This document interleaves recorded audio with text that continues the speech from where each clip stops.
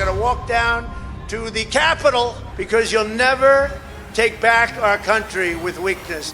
It all began before January 6th, 2021.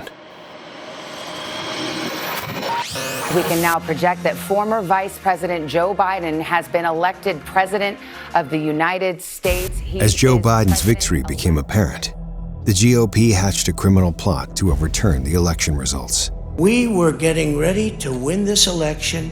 Frankly, we did win this election. The plan?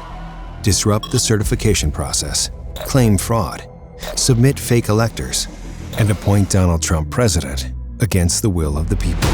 There will be a smooth transition to a second Trump administration. First, they flood the courts with frivolous lawsuits, hoping for a quid pro quo from Trump appointees. The Dominion voting systems were created in Venezuela at the direction of Hugo Chavez. They lose nearly all of the 62 cases they filed.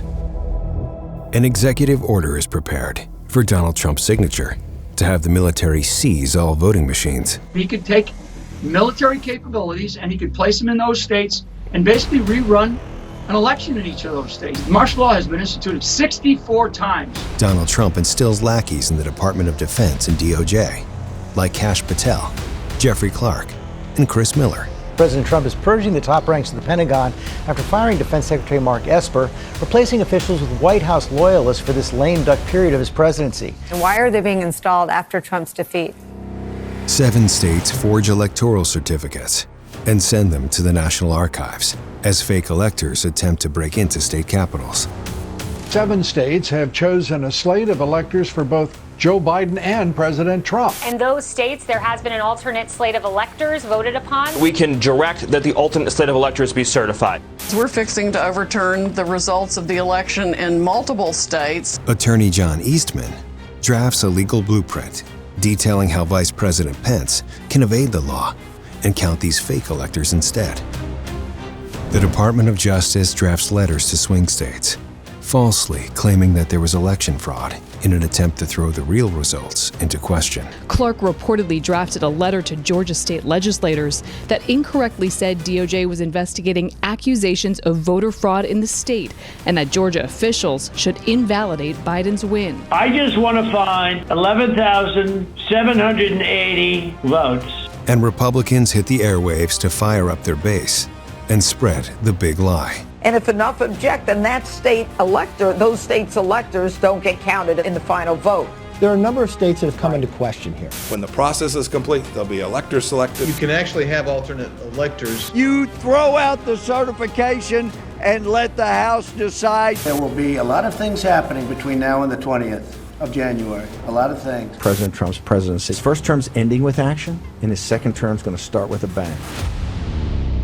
Key Trump officials meet at the Willard Hotel on January 5th to plot their takeover, as white nationalist groups like the Proud Boys and Oath Keepers stand back and stand by. We'll be inside D.C.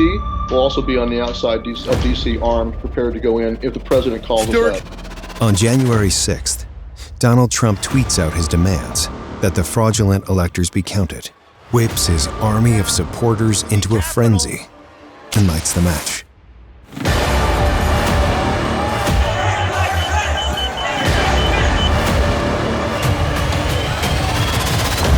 Go home.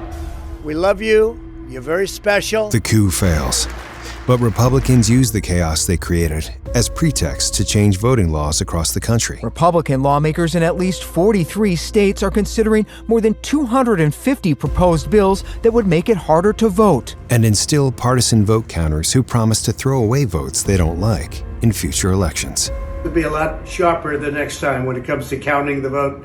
There's a famous statement, sometimes the vote counter is more important than the candidate, and we can't let that ever happen again. They have to get tougher and smarter. This is a coup in plain sight. History will judge where we stand in this moment. Which side are you on?